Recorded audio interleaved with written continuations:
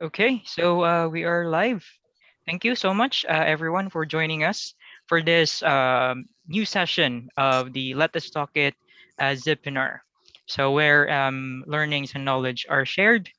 And we have two new speakers today. So, I'll be introducing the first one, who is a former CEO of NASCOM Foundation and also has 30 plus years of cross-functional experience in IT, D&I, and social development space. So he has worked with IBM as a geo expansion leader and a HP Compact Digital as a transformation leader. So without further ado, you'll be talking about role of women in digital transformation. I present to you Ashok. You can take over. Good morning to all my friends from US and good evening to my friends from India. I'm Ashok and I'm very delighted to be here today. And today happens to be the International Women in Engineering Day. So congratulations to all the engineers out there and all the budding engineers to be. So I thought it would be appropriate to speak about the role of women in digital transformation, because as we are in the cusp of industrial revolution, the fourth industrial revolution, it's very appropriate for us to understand how women are going to contribute to this digital disruption and thus to the economy of the country. I would like to share some slides with you, which I have basically chosen to present today. This is all about the role of digital transformation in the current era.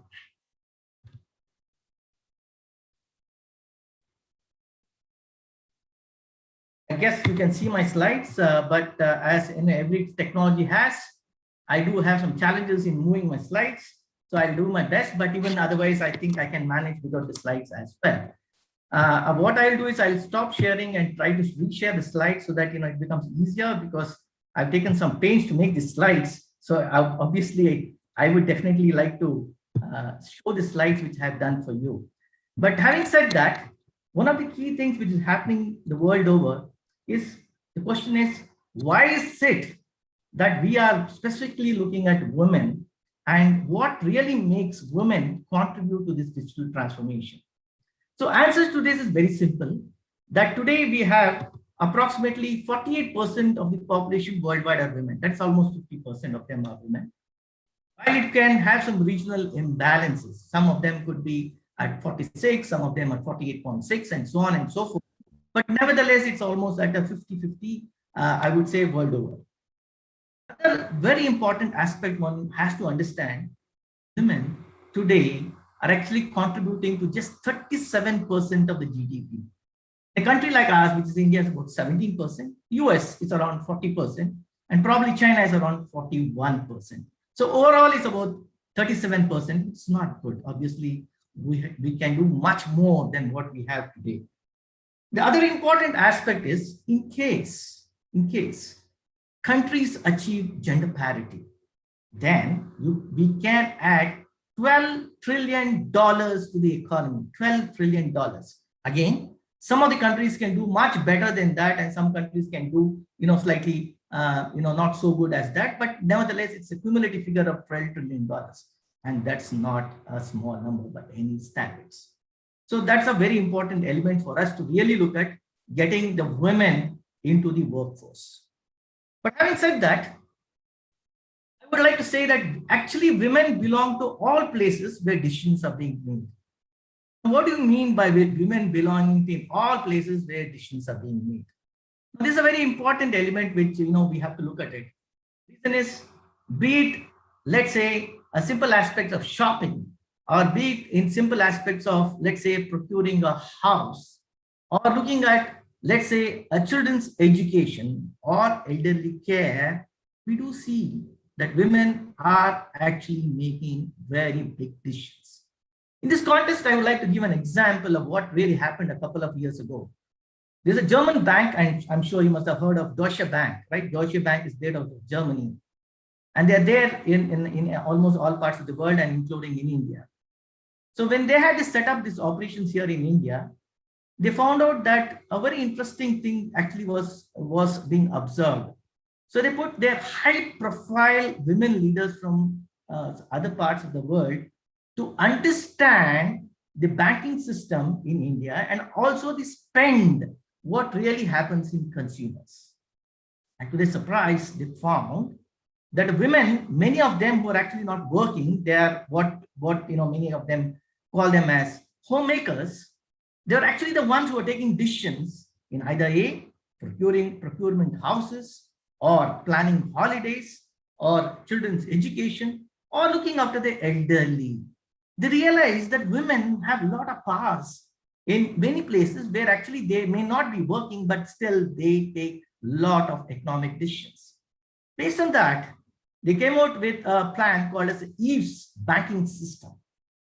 And true to what actually turned out in the survey, it was a roaring success. And what they did is they had add-on cards and add-on features of insurance, loans, mortgages, and so on and so forth. And thus they were able to expand their business in a big way in a country like India. So I'm sure other banks too followed, and there are many such banks having specific programs for women because women are decision makers at home. But having said that, what does digital technology do for a country? Now, digital technologies can create significant economic value, and I'm taking the example of India, which was basically done through McKinsey. Now here, what is very interesting is I've taken about 6 major sectors. Obviously, the biggest one is the digital services, where India, as you know, that they contribute to 55% of the outsourcing market in the world. Now here itself, if you look at it, the overall economic value from 170 billion, it can go to 435 billion. Well, in this case, both men and women keep creating economic value.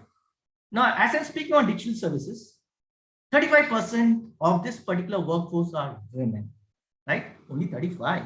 And we're talking about a country which has nearly 48%. So obviously, there's a headroom for having more number of women.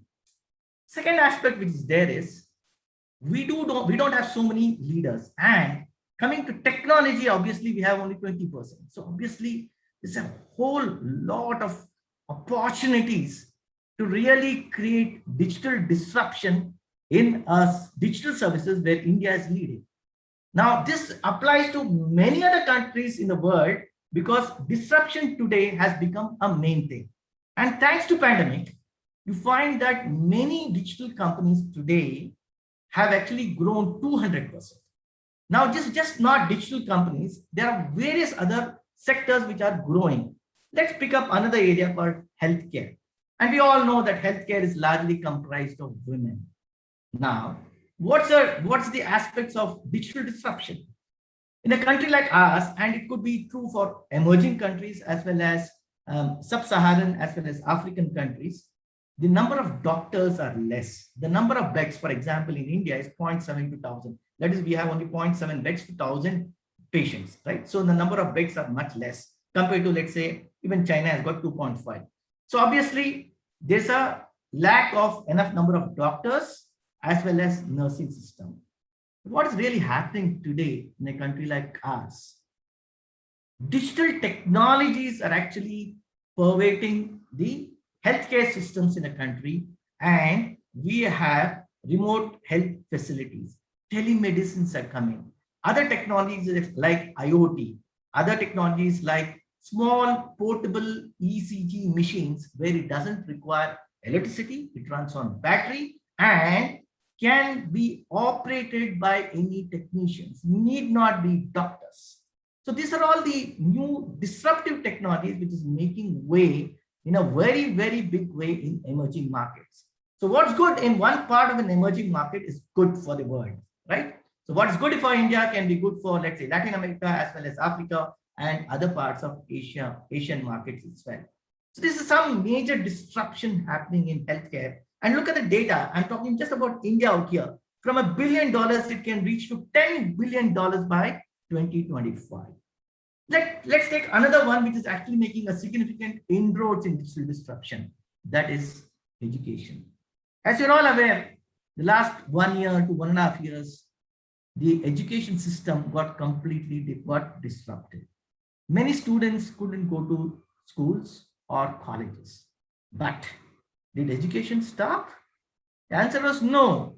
We had very, very innovative products and solutions coming in from edutech startup ecosystem as well as the large firms, by means of which education continued in major parts of the world, including India. Although we did have some challenges in some parts of the country where accessibility was a challenge, because many parts of the country don't have all the internet facilities, not all of them are literate enough to have laptops or handheld devices at homes. But having said that, frugal innovation actually played a big role in education during the pandemic. What it clearly shows is that women have a big play, because the examples which I cited, healthcare, we all know that women are major contributors to healthcare in the world. Education again is again being, I would say, a prerogative of women, which is not necessary that men can't be there, but somewhere or other women have chosen these two lines. Well, they are now going to make a major disruptions the world over in both these areas which I speak about. Not to mention retail or the financial sector. We all know that in financial sector itself, women are also actually contributing to a lot to the economy. So again, here, if you look at it, what is really happening is that it is, I would say, this digital disruption began much before actually the COVID-19 came. It was somewhere around 2016-17 when everybody announced, Industry 4.0, and they said that let's look at it and let's ensure that digital, what I call it as Industry 4.0 becomes a leveler. And today it is a leveler so that the people who are not so literate, digitally literate, and the people who are literate are actually coming to the same platform, be it men or women. All of them are in the same boat. And I would say that it's a great opportunities for women to actually reskill themselves for the future, so that they are able to absorb these technologies and actually create a disruptive world, and thus help economies the world over. Again, in the area of financial services, we do know that all time, anywhere banking, right? Digital banking, internet banking, all these are there. Now, what is very interesting is women are actually contributing a lot to this financial disruption.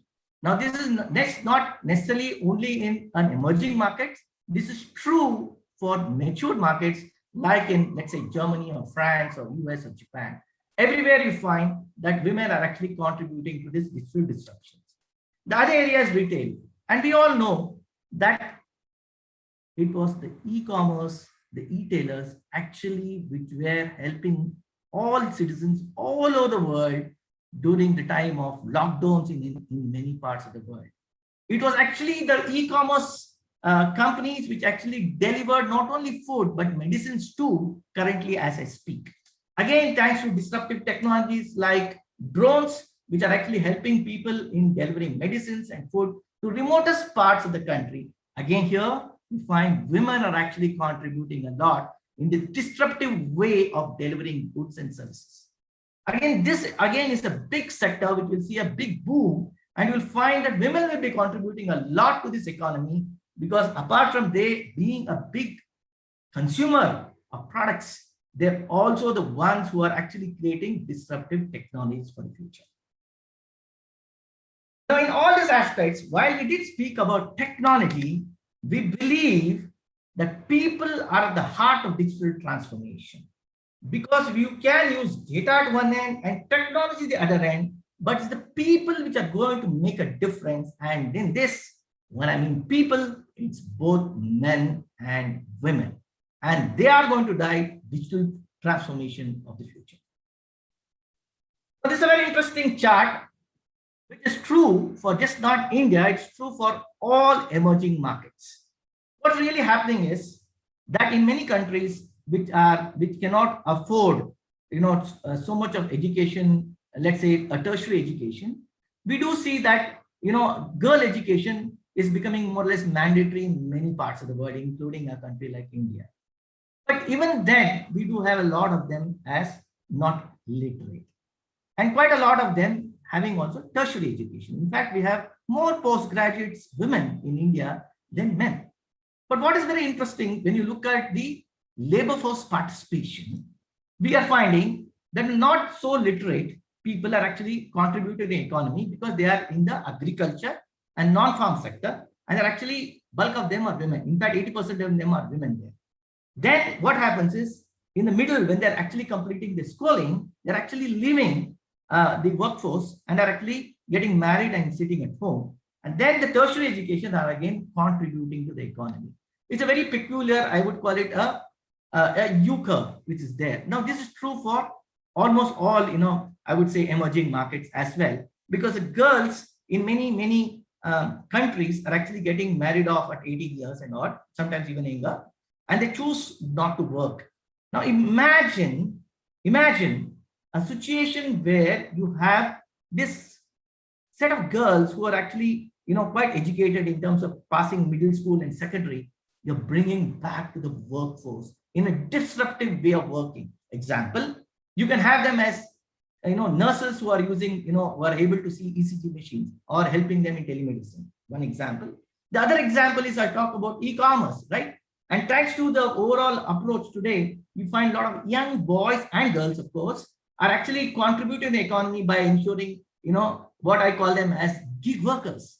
Today, the Uberization of e-commerce has actually helped this particular technologies. They use handheld devices. They're using GPS to navigate their, locations. And these boys and girls, a lot of girls today are actually causing a lot of disruptive approaches for, as I mentioned, delivery.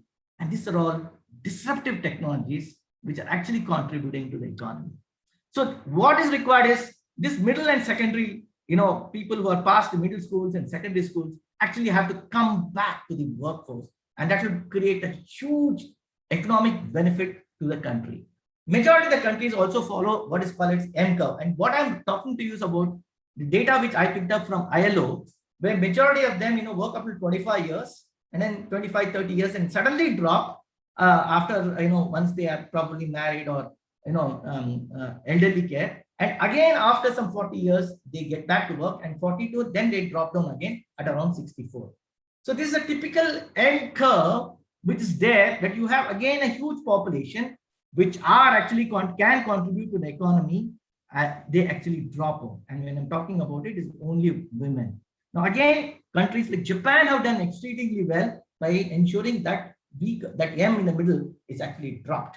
But then they do have challenges. They have an aging population in Japan, as well as in Russia. For example, in Russia, they are going to lose workforce from 76 million to 71 million because of aging, and so is in Japan.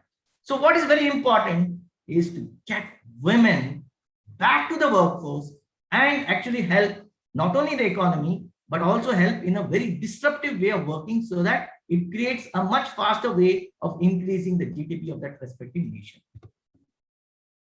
Now, having said all this, what is required is to have a different growth mindset. And in this growth mindset, definitely we require digital skills and data analytics. And this is not for technology industries or sectors. It could be true for any sector where you require digital skills and data analytics, so that we are able to use the various tools, the various technologies, and ability to analyze this data. At the same time, we're clearly seeing the creativity and innovation. That is, you've got to have a mindset which has to think differently, look at different way of ensuring, businesses are being done or solving problems. At the same time, being very adaptive. And thanks to, again, the last one and a half years, we saw companies actually adapting themselves to the new norm. And this is the new norm. These are the skills of the new norm. And finally, emotional intelligence is what is extremely important, so that you're not only able to understand yourself, understand your clients, and basically influence others. So these are the 6 sets of skill sets which are required in the new norm. And this is irrespective of the sector, irrespective of your educational background, and irrespective of from which geography you come from. Having said that, I would like to share some of these top leaders whom I have great respect for. One is Kiran Majumdar Shah is from India. She heads the Biocon, which is $1 billion pharmaceutical company. They make a lot of drugs, and many of the drugs actually were used for treating the COVID patients. And the message she gives is that in India's economic future will largely depend on gender inclusion, and women have to play a very important role in shaping our economic future. And we all know about Sheryl Sandberg, the CEO of Facebook, right? Earlier, we all need women at all levels, including the top, to change the dynamic, reshape the conversation, to make sure women's voices are heard and heeded, not overlooked and ignored. And we have TNB, well-known, I would say, an anchor from China. She's basically the voice of China as far as broadcasting is concerned. And she says, any society that fails to harness the energy and creativity of women is at a huge disadvantage in the modern world. I would like to conclude by actually again sharing two of my favorites. One is, I would say that she has become my favorite recently, is Professor Mincho Shafiq from the London School of Economics. She says, in the past, jobs were about muscles, now they are about brains. But in the future, they will be about the heart. Finally, Alvin Toffler, the book which I read in 1980s, I think, Future Shock. The illiterate of the 21st century will not be those who cannot read and write, those who cannot learn, unlearn, and relearn. Thank you very much. If there are any questions and time permitting, I would definitely like to take on any questions which any of you having, and you can put it on the chat box or in the Q&A. Thank you so much for that very powerful information, and women inspiring. So they just women shouldn't be kept at home. They should be also included in the progress of the economy. Okay, so Absolutely. anyone who'd like to share their insights or ask questions, you can now unmute and ask.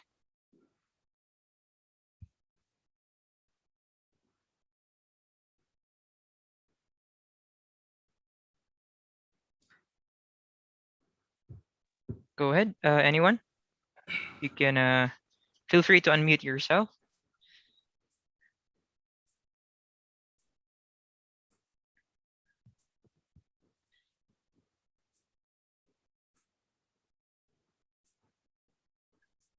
Yeah, Dr. Rajeswari saying thank you. Thank you. Thank you very much. Thank you all for giving me a patient hearing. Thank you all.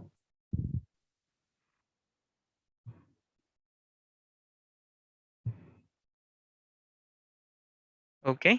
So yeah, if you have further questions or you'd like to share something, you can just type it in the chat or in the Q&A.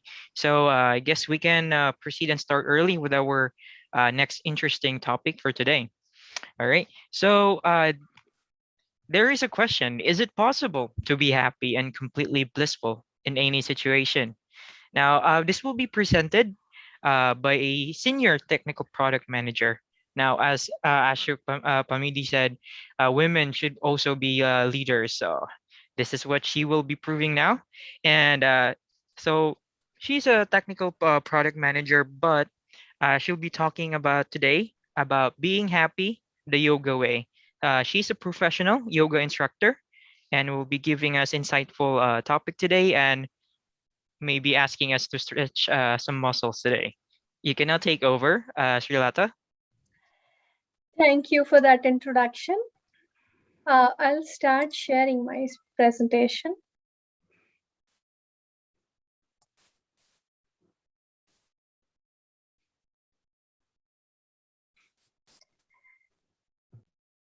Ashok Garu, that was a very beautiful presentation and powerful presentation about how we need to make sure that women are in every walk of life involved and engaged in transformation.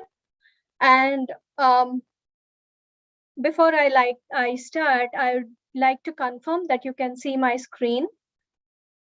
Not yet. Not yet. Okay.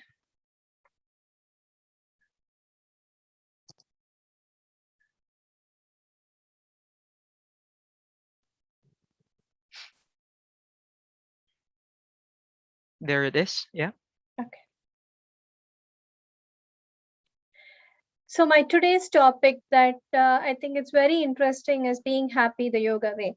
In a segue to what Mr. Ashok talked about, women need to take on more responsibilities, and that definitely comes with a lot of stress. And um, there's a saying that in a family, if woman is happy, then everybody is happy.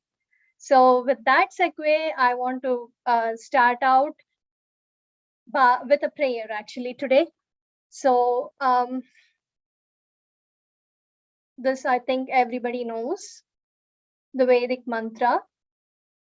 Om Sahana Bhavatu Sahano Bhunattu Sahaviryam Karavavahai Tejasvinavadhitamastu ma vidvishavahai. Om Shanti Shanti Shanti. This is a very good Vedic hymn to start out any kind of knowledge sharing. The meaning being, may we together, the presenter and one to the people who are to whom this knowledge is being imparted, together may we feel secure, may we be nourished, may we be empowered, may our knowledge grow together, may we never have any hard feelings towards each other, may peace prevail always and anywhere. I also would like to bow in reverence to ancient who purified the mind through yoga, speech through linguistics, and grammar, and body through medicine. So now let us get into this question. Like, everybody wants to be happy in life. Everybody chooses different paths, or in various stages of life, we have different sense of satisfaction. Usually with children, we see that if you buy them something, they are happy. So even us, many of the times we think that, satisfying or gratifying the senses makes us happy. But is that really happiness? Is that real happiness? For example, like you see in this picture, when you eat the first best cookie that you ever tasted, there is a sense of satisfaction which goes increasing at a certain until certain point of time, but then the satisfaction is plateaued out, and after some time you don't want to eat that anymore. The some cookie which you have relished in the past now is no more giving you the same happiness. So you can say happiness is not in sense gratification. And many people, as they grow, they search for happiness by setting up certain goals and trying to reach them. But these goals, as you go about fulfilling them, they never end. You go into, like, study after study, we say that, okay, satisfaction or happiness is in attaining certain kind of education. Once you get there, you need to attain certain type of successful career, and once you get there, it never ends. So there is study after study that indicates that chasing success tends to make you really unhappy. Even personal experience says that if you always chase success, and if you're thinking that happiness is in reaching that goal, that happiness is also short-lived. What is needed is enjoyment, or feeling that presence and happiness in the process of reaching towards that goal. There needs to be an attitude shift here. Again, how is happiness defined in Upanishads, which are ancient Indian cultural texts? So Upanishads defined 5 koshas, or 5 sheaths within our body. The first sheath being physical sheath. The physical sheath or physical body is born out of food consumed.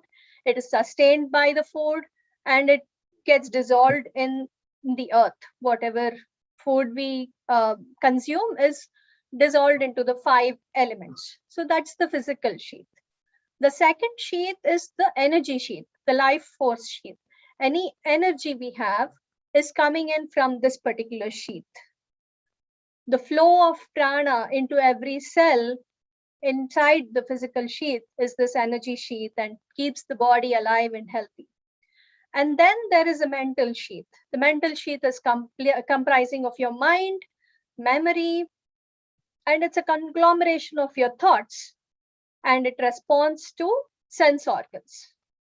And within that mental sheath is the wisdom sheath. Wisdom sheath gives you the intellect, guiding you to do something or not to do something, right? The first 3 sheaths, physical, life force, and mental sheath, are common in all living beings. All of the animals have these 3 sheaths as well. Wisdom sheath is something that is developed in humans.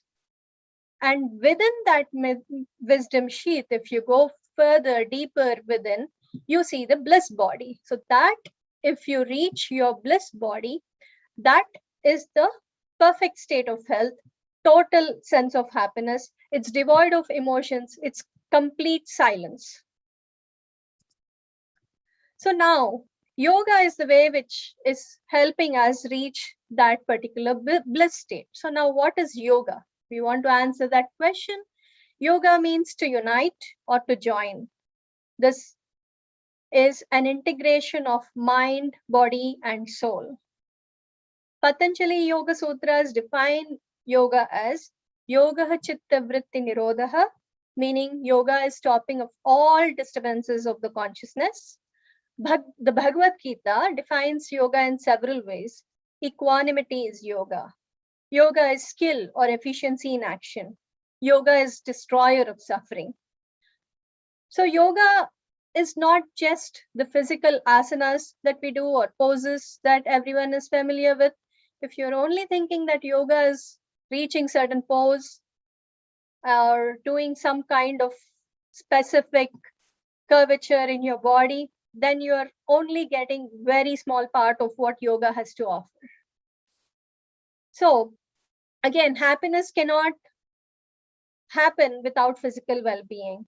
There have been many studies where very recently that give out or study what physical benefits yoga has.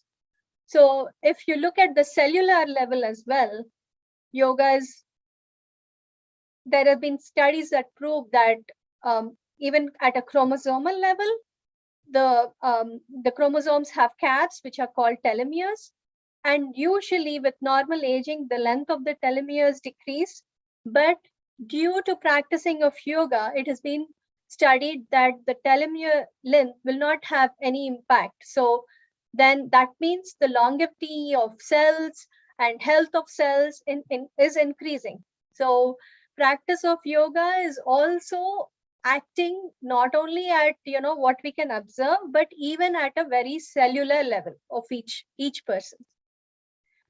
Then if we see the skeletal system, yoga is acting at a skeletal system in unique ways. If a person is more sedentary, then the muscles around the spine are getting weakened, and because of that you may have a posterior tilt or anterior tilt. But then yoga helps to maintain that neutral pelvic position that will enable to have like a good curvature on the spine and an erect neck, which means a perfect posture. Also, many people today are suffering with knee problems. So with continuous practice of yoga, the fluid which surrounds the joints, which is called synovial fluid, it lubricates and cushions the joints. With sedentary lifestyle, this fluid becomes like really thin, but with practice of yoga, this fluid thickens and provides good support to your joints. So that way you can have like a very long and healthy mobility into your system by practicing yoga. Next, in the muscular system, like in the muscles, we all know if you have done yoga very first time after even not having done much exercise, or even if you have done some, if you have been active exercising, you see that the muscles do get strained and muscles do get sore when you start practicing yoga. That means yoga impacts on at muscles on a unique level, which don't get exercised or stretched out in a regular other exercise practices.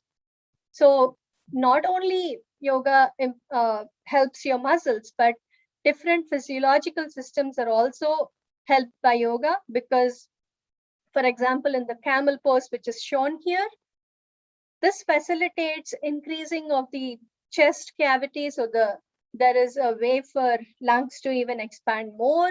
There is more oxygen retention capacity, and there's different muscles being equipped or engaged in different yoga poses.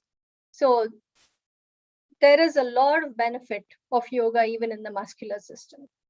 So at a physical level, we've seen that in every part of the body, there is benefits with yoga. So next comes the emotional well-being. So to be happy, it's not only really necessary to be healthy physically, but it's also necessary to be mentally, emotionally healthy. So going forward, to understand what how our mind works, we need to first know what does conditioning of the mind mean. So if you see a small child, they are always happy. Most of the time, a child is happy unless there is some kind of discomfort. But as we grow, we develop a lot of fears, lot of anxieties and things like that. But this is due to conditioning of the mind. The conditioning of the mind was studied by a Russian scientist at one point of time. So he had made a study on dogs, where before that conditioning, when there was a food presented to a dog, there was uh, salivation of the dog. But then when there was a bell, there was no salivation. Then during conditioning, what he did was he presented the bell sound and the food together. At that time, slowly during that conditioning, that salivation was happening with bell and food. And after conditioning, what he did was he just brought the bell to the dog and there was salivation just with the bell. So even though the study was on the dog, which is a lower mammal, you can say, but this kind of conditioning even works for humans as well.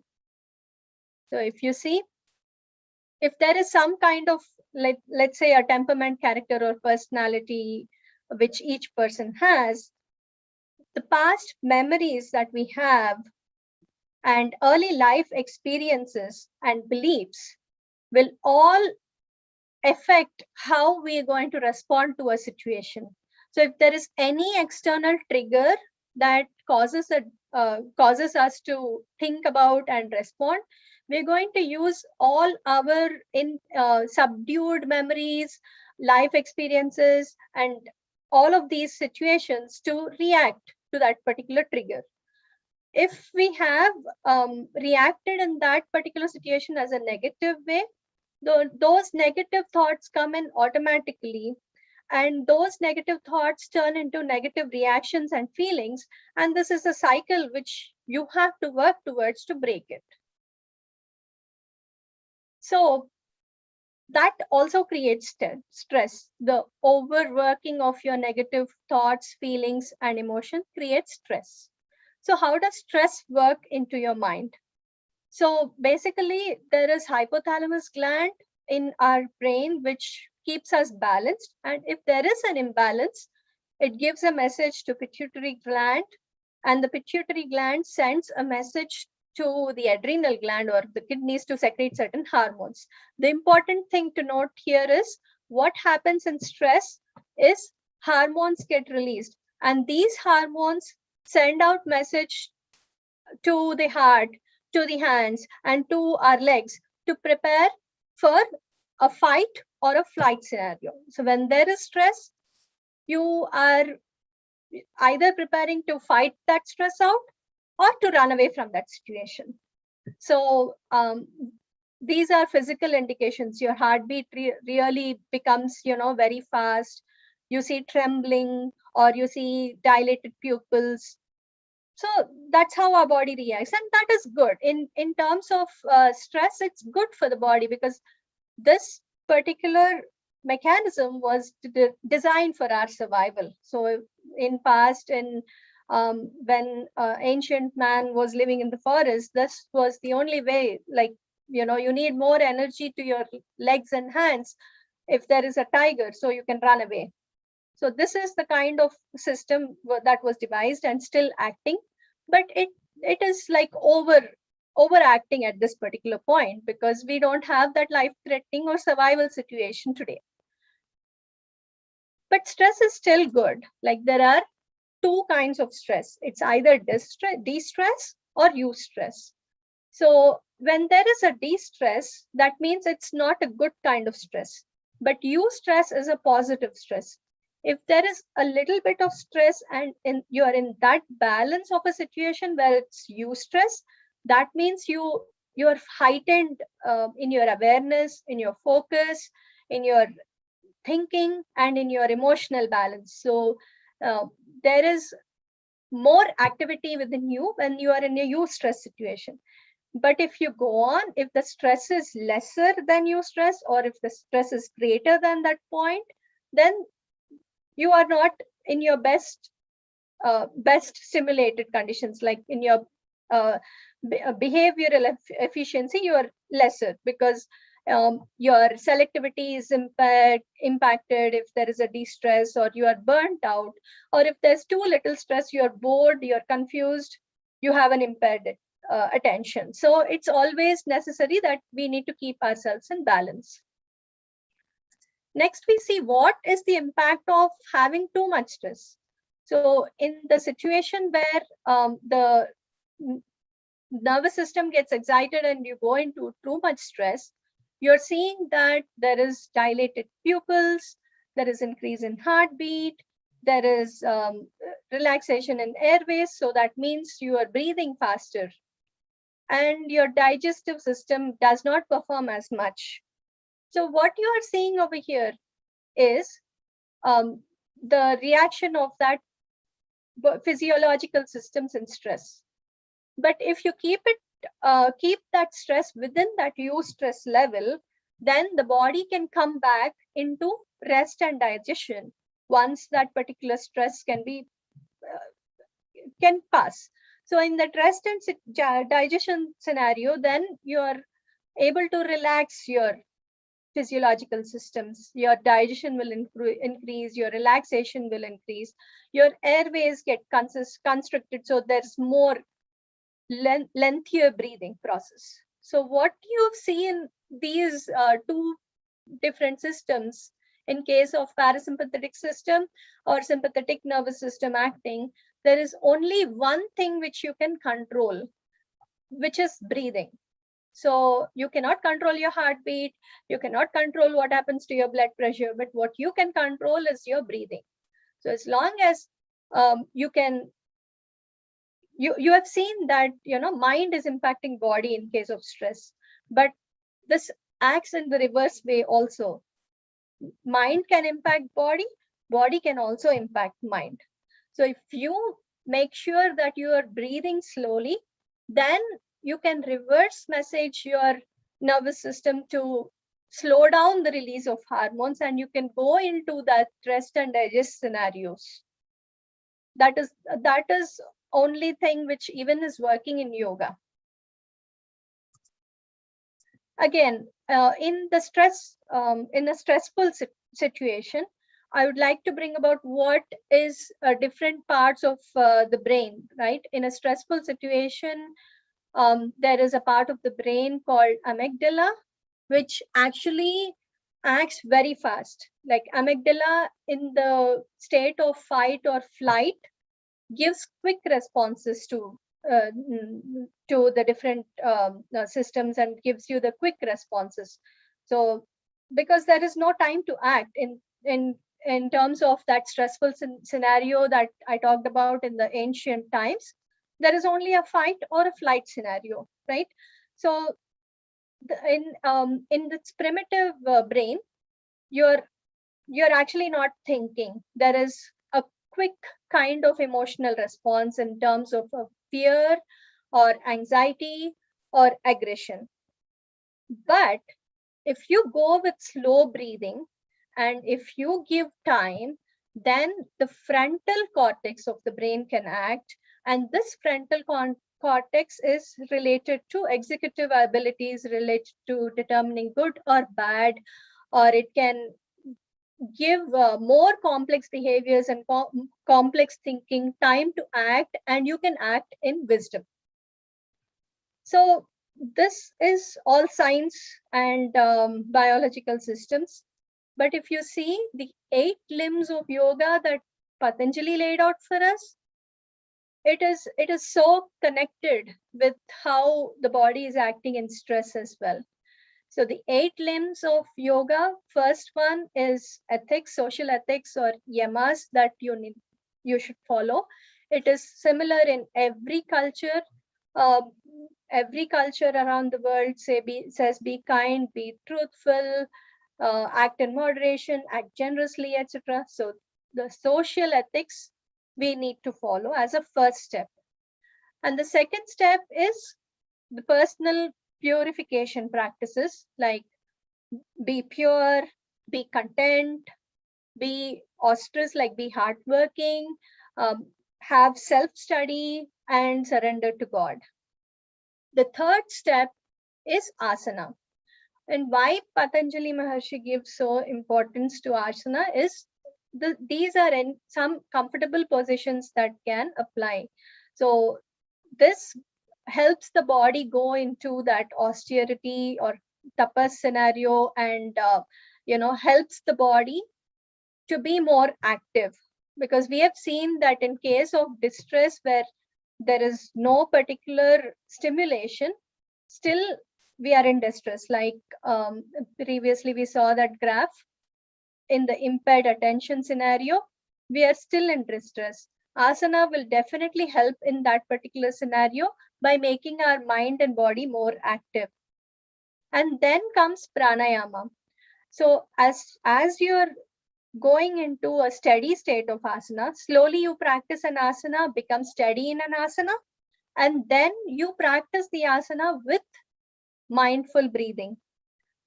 That will help us bring in more stability to the asana that you are doing. As you go into pranayama, the next step is turning inward. So why you need to turn inward is again where you should not be acting as senses tell you. The senses need to listen to you. So that is why we need to go into pratyahara. Again, pratyahara, if you see the emotional part of the brain, it's linked to that, because the emotional part of the brain, if you act accordingly, that means you are listening to your senses. If you keep that senses restricted, then you are giving a chance for your prefrontal cortex to act. So there you come into Vijnanamaya Kosha also, that was defined in Upanishads previously. So after Pratyahara, it comes into Dharana. So Dharana is a state of concentration, focus, and attention within your yoga practice. And after Dharana, you come into a state of Dhyana. Usually, dhyana is interpreted as a state of meditativeness or concentration, but dhyana is actually a defocusing of mind, in the sense that you're not concentrating on anything. So, dhyana will come if you have some effort into not focusing on anything. Then you go into the state of samadhi, which is pure happiness or pure bliss. And that happens when the state of dhyana is coming effortlessly to you and you are able to stay in the state of dhyana for a longer time. So that is the way where you are silencing your mind, you are increasing your mental capacity, and you are reaching that pure state of bliss as defined by the Ashtanga Sutra of Patanjali. So, as a last note, I would say we all need to get a hold of the mind. Mind is like a lake, and every stone that drops into it raises waves. These waves do not let us see what we are, which is, if the lake is clear, we can see the bottom of the lake, which is pure, and that is bliss. May all be happy, may all be free of illness, may all see auspiciousness everywhere, may none suffer. Thank you so much to Let Us Talk It team for giving me a chance to present. If anybody has questions. Wow, Srilatha Garu, it was so amazing. The way you connected, the deep, the scientific ways to the most ancient, practices of yoga. Yeah, we are. I know we are proud to have you in Detroit around, so that we can always get some drive-through advice from your window. Thank you so much, Srini Garu. Yeah, we should do that. Thank you. Oh, I wanted to ask one question. What triggered you into this path, the quest for learning and sharing the knowledge? So I had been in practicing yoga off and on. While in childhood, I used to go to yoga sessions with my dad. We both learned, me and my dad learned together. So after that, I just fell off the practicing. But a couple of years back, I had some health problems. And even after that, I didn't get really a chance. But last year when COVID started, what I decided was I will not be able to be so disciplined to do yoga practice on my own. So I reached out to my dad to start some yoga sessions, and Srinigaru, you have helped us in letting us use Let Us Talk It Zoom as well, and those sessions are continuing even today. Yoga sessions free of cost to everybody, open to all. So those yoga sessions really helped me, and I'm indebted to you for that. To keep me motivated. And after doing that for a few months, I felt that what knowledge I had on yoga was very limited. So I wanted to go in and do my yoga instructor's course. So that I completed. I'm now a certified yoga instructor. And during that, I came about this research topic to study on being happy the yoga way. And that's how this came about, the study of how to be happy. Wow, very nice. Yeah, thank you for your father special thanks on these sessions. Amazing. Yeah, open for other questions. Yeah, thank you. Anyone can actually just share whatever they have in mind or ask question.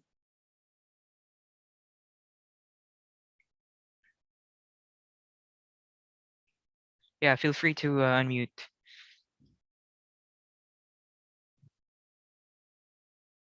So this is like where it came from. Like you will be like slow to anger whenever you control your breathing, because when you start getting angry, your heart is like pumping and your breathing goes very fast. Yes. See. So then it will make you happy because you will not say like words when you're angry. So it will not affect the people or person Yeah. you're angry with. And the practice of yoga helps you to keep controlling yourself and your senses more and more. The more and more you practice yoga, the more and more it comes naturally to you. That's really wonderful. Okay, let's see if there are chats or questions. Thank you. Dr. Rajaswari said, thank you for explaining the scientific understanding of yoga. Thank you. Thank you so much.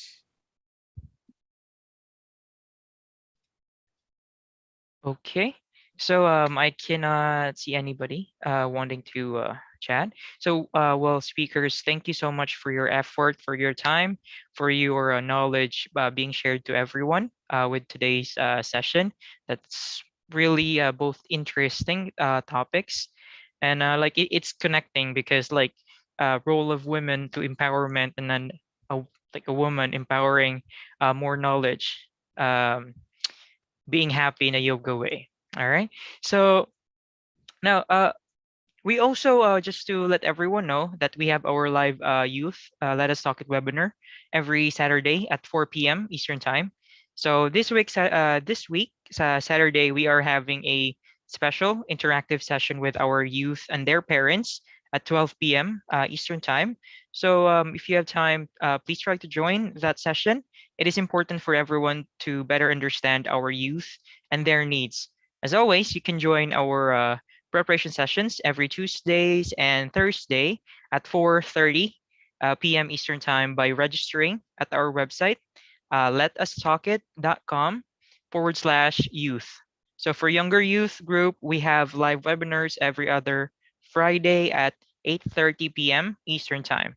So we hope that you all can join this youth webinars, and also this would help encourage the youth.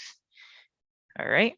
So we can conclude today. Thank you so much again, everyone, for staying for the whole session, and for the speakers, special thanks, and great learnings for today.